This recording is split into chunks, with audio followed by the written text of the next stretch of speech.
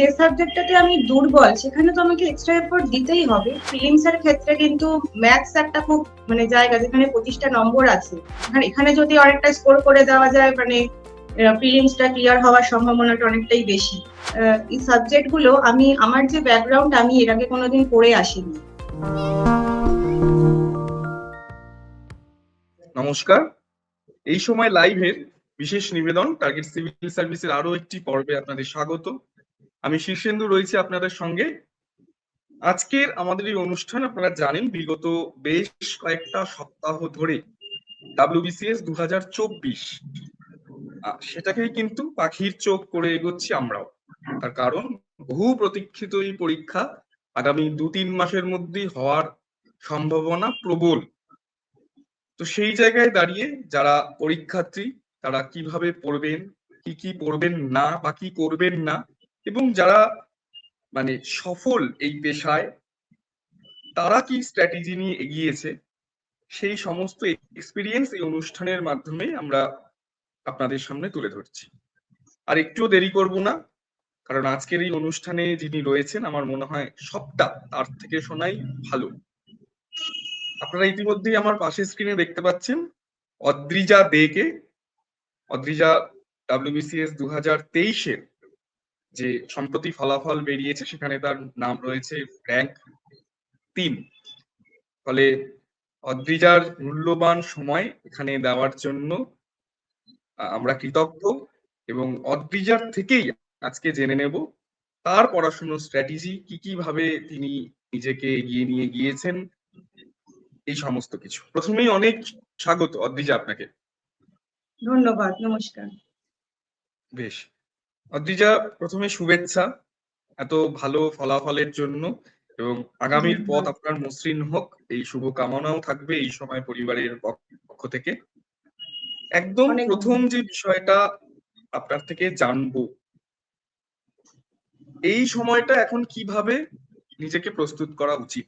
তারও আগে একটা জিনিস বলে দিই, এখন ভীষণভাবে আলোচনার বিষয়ে ভোটের আগে WBCS হবে না ভোটের পরে, তো সেই সব ছাপিয়ে আমার একটাই প্রশ্ন, আমি 2024-এ বসছি প্রিলিতে এবং আমি পাশ করতে চাই, কি করব? প্রথমত আমরা দেখেছি যে ফর্ম ফিল আপ যখন হয়েছে তখন ওখানে লেখা ছিল যে টেন্টেটিভলি মার্চ মাসে হতে পারে, এবং তারপরে কোনো নোটিফিকেশন কিছু বলা হয়নি। তো আমাদেরকে উচিত যে সেই ডেটটা ধরেই এগোনো বা সেই সময়টা ধরেই এগোনো। হতে পারে ভোটের পর হয়তো হবে, তাহলে একটু অতিরিক্ত সময় হয়তো পাওয়া যাবে। তো আমার মনে হয় যে এই সময়টাতে যে কোনো অ্যাসপিরেন্টদের মেইন যে কাজটা সেটা হচ্ছে আমাকে রিভিশন করতে হবে, আর হচ্ছে মক টেস্ট। আমরা বেসিক যে সাবজেক্ট গুলো পড়ি তো সেগুলো তো আমরা পড়া আমাদের হয়তো চলছে বা আমরা পড়ে চলেছি, কিন্তু মক টেস্ট যখন আমরা দেব তখন দেখতে পাবো যে আমাদের ভুলগুলো কোথায় হচ্ছে, বা নিজেকে চেনার জন্য এই টেস্ট গুলো দেওয়া খুব দরকার, যে প্রিপারেশনটা আমাদের কোন লেভেলে আছে। তো আমার মনে হয় যে রিভিশন প্লাস মক টেস্ট এইভাবে যদি এগোনো যায় প্রত্যেকটা সাবজেক্টে ধরে ধরে, তাহলে আমার মনে হয় যে সেটা প্রিপারেশনে অনেকটাই কাজে আসবে। অদ্রিজা, আপনার পড়াশোনার কিছু স্ট্র্যাটেজি যদি আপনি শেয়ার করেন, যেরকম মক টেস্ট কিভাবে দিতেন, MCQ কিভাবে পড়তেন, এখন কি আমি প্রিলির সাথে মেইনসও একটু এগিয়ে রাখবো, এই ধরনের বেসিক একটু স্ট্র্যাটেজি নিয়ে একটু যদি কথা বলেন। আচ্ছা, আমি যখন প্রিপারেশন শুরু করেছিলাম আমি কিন্তু প্রিলিমস কে টার্গেট করে পড়িনি, আমি পড়েছিলাম মেন্স কে টার্গেট করে, একটা পুরোটা ইন্টিগ্রেটেড ওয়েতে আমি পড়েছিলাম। তো বেসিক্যালি প্রত্যেকটা সাবজেক্টে আমি যেটা করতাম, প্রথমে আমি একটা টেক্সট বই পড়তাম, একটা যে কোনো বই, সেটা হয়তো একটু কম্প্রিহেনসিভ বলে খুব ভালো হয়, সেটাকে আমি মাদার রিসোর্স ধরে সেটাকে বারবার রিভিশন করতাম, এবং তারপর সেটা যখন কমপ্লিট হয়ে যেত বা বেশ কয়েকবার রিভিশন হয়ে গেছে, আমার বিষয়বস্তুটা একটু আত্মস্থ হয়েছে, তারপরে আমি অন্যান্য কোনো রিসোর্স থেকে একটু এক্সট্রা ইনফরমেশন আমি দেখতাম। এবং এর পাশাপাশি চলতো কি, একটা যে কোনো চ্যাপ্টার পড়া হয়ে গেলে তারপর সেটার সম্পর্কে কি কি প্রিভিয়াস ইয়ারের কোয়েশ্চেন্স এসছে সেটা দেখা, এবং অন্যান্য পরীক্ষাও কি কি প্রশ্ন গত কয়েক বছরে এসেছে সেটা দেখা। তো এইভাবে MCQটা আমি প্র্যাকটিস করতাম। এবং এর পাশাপাশি আপনি বললেন যে মক টেস্ট, এখন অনেক মক টেস্টের বই বা টেস্ট সিরিজ পাওয়া যায়, তো সেখানে যে কোনো একটা যদি যে যেভাবে পারবে অ্যাভেলেবেল যেটা আছে এখানে আপনি বাজারে যদি সেটা। কিছু সোর্স, হ্যাঁ আপনাকে থামানোর জন্য দুঃখিত, মানে এখানে কিছু সোর্সও আপনি যদি বলে দেন, মানে মক টেস্টের ক্ষেত্রে কি সোর্স ইউজ করতে পারে যারা অ্যাসপিরেন্টস রয়েছে। আচ্ছা, আমি বেসিক্যালি যেটা দেখতাম, আমি এমসিকিউটা দিয়ে যদি শুরু করি, এমসিকিউটা আরিহান্টের একটা বই পাওয়া যায়, যেটা 14,000 প্লাস এমসিকিউ হয়। তো সেইটা আমার মনে হয় যে কোনো অ্যাসপিরেন্ট দেখতে পারে সেখানে। আর এর পাশাপাশি যদি অন্যান্য সোর্স আমি যেটা ফলো করতাম আরিহান্টের পাশাপাশি, সেটা হচ্ছে যে তরুণ গোয়েলের একটা এমসিকিউ বই হয়। তো সেই দুটো আমি মেনলি চেক করতাম, মানে দেখতাম। আর এর পাশাপাশি মক টেস্ট বলতে গেলে যে কোনো মক টেস্ট বই আজকে অনেক অনেক রকম পাওয়া যায়, যেমন কার্তিক চন্দ্র মন্ডলের একটা মক টেস্ট একটা পাওয়া যেত।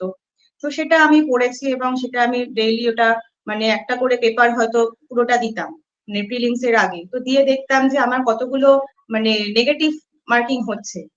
তো এটা আমার একটা ইয়ে ছিল যে আমি নেগেটিভটা কিভাবে কমানো যায়। এটা বারবার প্র্যাকটিস করতে করতে লাস্টে একটা সেন্স আমার মনে হয় যে কোনো পরীক্ষার্থীর মধ্যেই তৈরি হয়ে যায় যে কোন কোয়েশ্চেন্সটা আমি অ্যাটেম্প্ট করলে এটা আমার নেগেটিভ চলে যেতে পারে। তো সেইটা আমার মনে হয় ওইভাবে প্র্যাকটিস করলে হয়ে যাবে। কোন কোন টপিক, অন্তত কিছু টপিক যেগুলো আপনার মনে হয় 24-এর যারা পরীক্ষার্থী তাদের একটু মাথায় রেখে পড়াশুনো করা উচিত, একটু যদি সাজেশন দেন, বা আমি সর্বোপরি তাহলে টপিক আমি কিভাবে করব, যেটা আরো একটু ভালো বললে।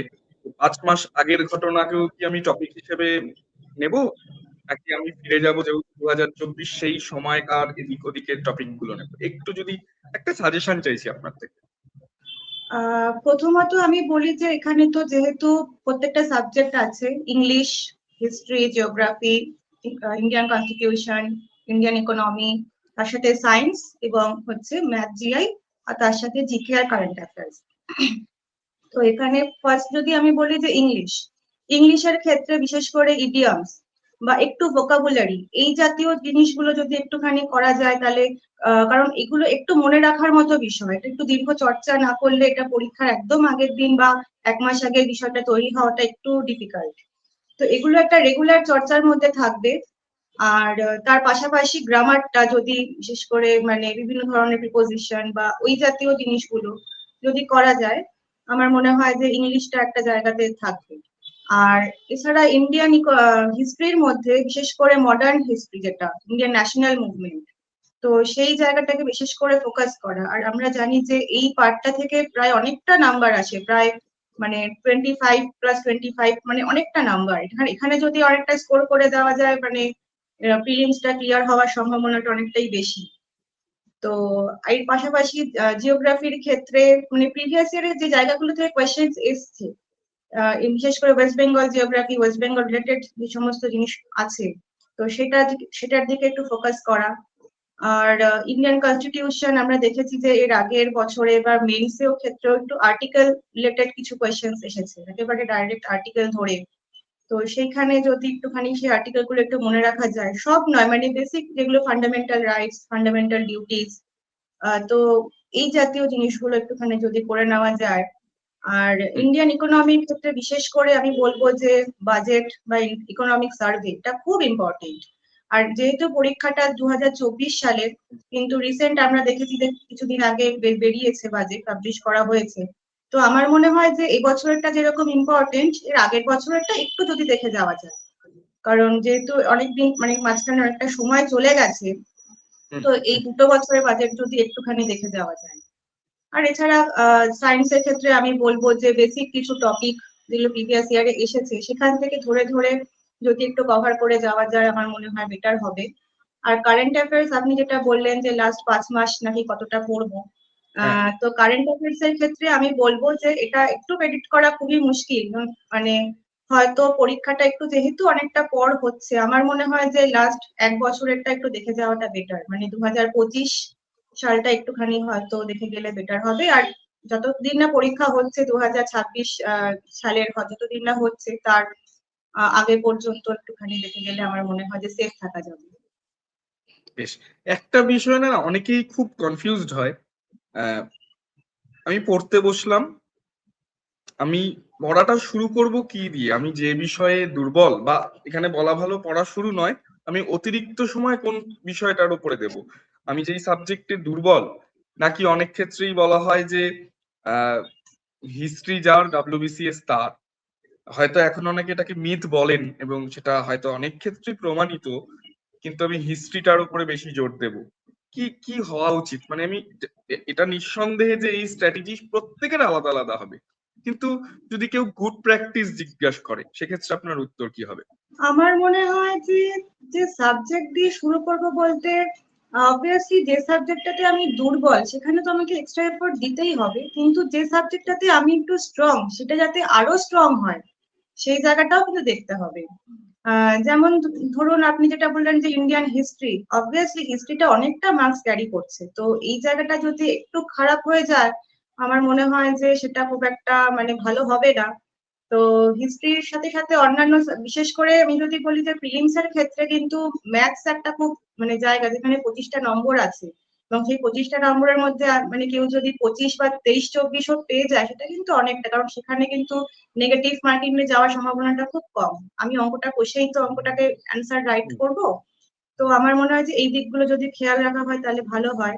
আর সাবজেক্ট অনুযায়ী আমার মনে হয় যে যে যে সাবজেক্ট পড়তে যার যেটা মানে আমি সেভাবেই পড়তাম, আমার যেটা ভালো লাগতো আমি সেটা দিয়ে শুরু করতাম। আমার সেরকম কোনো ধরা বাঁধা মানে রুটিন অনুসারে পড়া সেভাবে আমারটা ঠিক ছিল না। বেশ। অথচ কোচিং ক্ষেত্রে, আপনার ক্ষেত্রে কি কোচিং নিতেন? এটা ক্ষেত্রে আমি যেটা বলবো যে আমি যেহেতু আমাদের ডাব্লিউবিসিএস এ অনেকগুলো সাবজেক্ট আছে, এর হুম, মধ্যে ইন্ডিয়ান কনস্টিটিউশন বা ইন্ডিয়ান ইকোনমি, এই সাবজেক্ট গুলো আমি আমার যে ব্যাকগ্রাউন্ড আমি এর আগে কোনোদিন পড়ে আসিনি। এর পাশাপাশি আমি বলবো যে এখানে আমি যেহেতু গ্রুপ এ সার্ভিসের জন্য মানে আমি অ্যাসপায়ার করেছিলাম, এখানে আমরা জানি যে একটা অপশনাল সাবজেক্ট নিতে হয়। তো হুম, আর আমি নিয়েছিলাম আমার আমার অপশনাল ছিল হচ্ছে অ্যানথ্রোপোলজি। আর আমি বেসিক্যালি আমার ব্যাকগ্রাউন্ড হচ্ছে কম্পিউটার সায়েন্স এন্ড ইঞ্জিনিয়ারিং। তো হুম। যেহেতু দুটো ডিফারেন্ট মানে জনারের সাবজেক্ট, তো আমার মনে হয় যে সেক্ষেত্রে আমার ওই কিছু সাবজেক্ট বুঝতে একটু ইনিশিয়ালি সমস্যা হয়েছিল, যেমন পলিটি বা ইকোনমি। তো সেজন্য আমি একটু সাবজেক্ট এক্সপার্টের হেল্প সেই সময় নিয়েছিলাম। তো আমার মনে হয় যে এটা পার্সন টু পার্সন ভ্যারি করে। কেউ এখন অনলাইনে প্রচুর রিসোর্স আছে, প্রচুর বই পাওয়া যায়, মানে কোচিং ছাড়া সম্ভব নয় এটা কখনোই নয়। সেলফ স্টাডি করে অবশ্যই সম্ভব, কিন্তু ওই সাবজেক্ট কোনো জায়গায় যদি বুঝতে পারলাম না বা কিছু, সেটা যদি আমার মনে হয় যে দেখে নেওয়া যায়, আমার মনে হয় এভাবে এগোলেই সম্ভব। আপনার 3টে পরামর্শ ডব্লিউবিসিএস পাস করার জন্য। আচ্ছা, আমার যেটা 3টে পরামর্শ সেটা প্রথমত হচ্ছে রিভিশন দিতেই হবে, মানে সেটা ছাড়া আর কোনো উপায় নেই। 2 নম্বর হচ্ছে যে ভুলটা আমরা করব না সেটা হচ্ছে আমাদের যখন আমরা পড়াশোনা মানে করছি ধারাবাহিকতাটা বজায় রাখা, মানে একদিন করলাম আবার 2 দিন করতে ভালো লাগলো না, সেটা করলে চলবে না, মানে একটা কনসিস্টেন্সি একটা মেনটেন করাটা খুব মানে দরকার।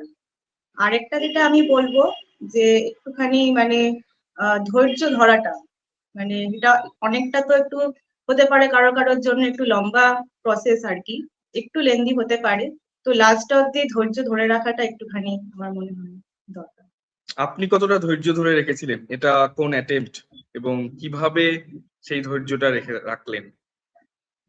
এটা আমার থার্ড অ্যাটেম্প্ট। আমি আমার মানে জার্নিটা শুরু হয়েছিল 2020 সালে। তখন আমি 2020 সালেই গ্রাজুয়েশন পাশ করি, বিটেক পাশ করি, এবং 21 সালে আমি ফার্স্ট আমার অ্যাটেম্প্ট হয়, এবং 21 সালে গিয়ে আমি প্রিলিমস মেন্স পাশ করি, গ্রুপ এ ইন্টারভিউ কলও আমি পাই। তো সে বছর যখন রেজাল্ট বেরোলো দেখলাম কোনো গ্রুপেই নাম নেই। তো আবার 2022-এর প্রস্তুতি, আবার শুরু থেকে প্রিলিমস মেন্স দিলাম, আবার ইন্টারভিউ কল এলো, আবার ইন্টারভিউ দিলাম, কিন্তু সে বছরও মানে কোন এ গ্রুপে এলো না। আর হুম। তারপরে তো সত্যি মানে দুবার ব্যর্থতা, মানে ব্যর্থ হওয়ার পর একটা জায়গা তো তৈরি হয় মন খারাপ। তো 23 সালে আবার শুরু হলো। ইন দ্য মিন টাইম আমার পারিবারিক কিছু সমস্যা হলো, আমার বাবা অসুস্থ হয়ে পড়লেন। তো তখন একটা মানে ভীষণ ডেসপারেট তখন আমি একটা যে কোনো পোস্ট পাওয়ার জন্য আর কি। তো পড়াশোনাটা সেভাবে করছিলাম নানা সমস্যার মধ্যে দিয়ে হলেও, মানে তারপরে প্রিলিমস মেন্স পাশ করলাম। আবার ইন্টারভিউ দিলাম, তো আলটিমেটলি এই জায়গাটা এসেছে। মানে আমার মনে হয়েছিল যে হয়তো মাঝখানে দাঁড়িয়ে মনে হয়েছিল যে মানে কি করছি বা ঠিক পথে যাচ্ছি কিনা, কিন্তু এটাও ভেবেছিলাম যে প্রত্যেকবার যখন আমি শেষ ধাপ অব্দি আসতে পারছি মানে আমি হয়তো পারবো। তো সেটাই মানে আলটিমেটলি হলো আর কি। তো যে গোটা ডাব্লিউবিসিএস এর জার্নিতে জাস্ট এক লাইনে যদি বলতে বলা হয় যে কি করলে ডাব্লিউবিসিএস আপনি পাবেন, আপনার এক লাইনে উত্তর কি থাকবে এবং আপনার এক্সপিরিয়েন্স শেষ অব্দি টিকে থাকতে হবে। কি কি ভুল করেছিলেন 20-21-এ বলে আপনার মনে হয়, বা তারপরে, যেগুলো সকলের মাথায় রাখা উচিত যদি কোনো ভুল করে থাকেন? আমি যখন পড়াশোনা করেছিলাম, প্রিলিমস দিলাম, মেন্স দিলাম, আমি ইন্টারভিউটা যেটা মানে ক্রুশিয়াল একটা পর্যায়ে, তখন সেই মুহূর্তে মানে প্রথম বছরটা বিশেষ করে অতটা আমি মানে বুঝতে পারিনি, মানে গ্রুপে ইন্টারভিউ দিতে যাচ্ছি কিরকম, কতটা কি হয়, সেখানে কি প্রশ্ন করা হয়, তো সেইটা আমার ততটা মানে ধারণা ছিল না। তো আমার মনে হয়েছিল যখন পড়বো মানে অ্যাটলিস্ট মেন্সটা যখন আমি দিয়ে আসছি তারপর থেকে কিন্তু আমার মনে হয় যে একটু একটু করে কারেন্ট অ্যাফেয়ার্স বা ইন্টারভিউ কি কি প্রশ্ন করা হয় একটু চর্চার মধ্যে থাকা উচিত। তা খুব বেশি রিগোরাস কোনো মানে চর্চা বলছি না, মানে জাস্ট একটুখানি আমার ইন্ট্রোডাকশনটা তৈরি করে রাখা, বা আমি মানে কি কি সাবজেক্ট, বিশেষ করে আমি দেখেছি ইন্টারভিউতে মানে কনস্টিটিউশন বা বিভিন্ন ডাইভার্স স্কিল থেকে তো প্রশ্ন করা হয়, বা কারেন্ট অ্যাফেয়ার্স, তো এগুলো একটুখানি মানে চর্চায় থাকাটা খুব দরকার। তো আমি এটাই বলবো, মানে খুব কোনো প্রিলিমস মেন্স ইন্টারভিউ কোনোটাকেই কিন্তু লাইটলি নেওয়াটা ঠিক না, প্রত্যেকটা পর্যায়ে কিন্তু ইকুয়ালি ইম্পর্টেন্ট এবং চ্যালেঞ্জিং আমার মনে হয়। বেশ, এবার একটু আপনার সম্পর্কে যদি আমরা আরেকটু জানি। বিটেক করেছেন, তারপরে ইঞ্জিনিয়ারিং পড়েছেন, সেখান থেকে কেন ডাব্লিউবিসিএস, হঠাৎ কি এমন মনে হলো যে ডাব্লিউবিসিএস এ আসতে হলো? প্রথমত হচ্ছে আমার যে ডাব্লিউবিসিএস হওয়া বা এই যে স্বপ্নটা, এটার পিছনে আমার অনুপ্রেরণা হচ্ছে আমার পরিবার। আমার বাবা সার্ভিসে ছিলেন, রিটায়ার্ড, এবং আমার দিদিও বর্তমানে সার্ভিসে রয়েছেন। তো সেখান থেকে একটা আমার অনুপ্রেরণা ছিলই। তারপরে আমি যখন বিটেক করছি বা বিটেক করতে করতে আমি এই সার্ভিসটা আরো বিশদে আমি জানতে পারি আর কি, যে কি কিরকম ভাবে পড়াশোনা করতে হবে, কোথায় কি, তো এটা জানলাম। তারপরে ইন দ্য মিন টাইম প্লেসমেন্টও হলো, প্লেসমেন্টে আমি 3টে চাকরিও পেয়ে গেলাম। কিন্তু সেই সময় আমি ডিসাইড করলাম যে আমি আমি যদি চাকরি করি আমার পক্ষে এতটা মানে সিলেবাস কভার করে একদম মানে যেহেতু আমি একটু অন্য ব্যাকগ্রাউন্ড থেকে ছিলাম, তো এই বেসিক হিস্ট্রি জিওগ্রাফি এগুলো আমার তুলতে একটু সময় লেগে যাবে, মানে এতটা প্রিপারেশন নেওয়াটা হয়তো সম্ভব হবে না।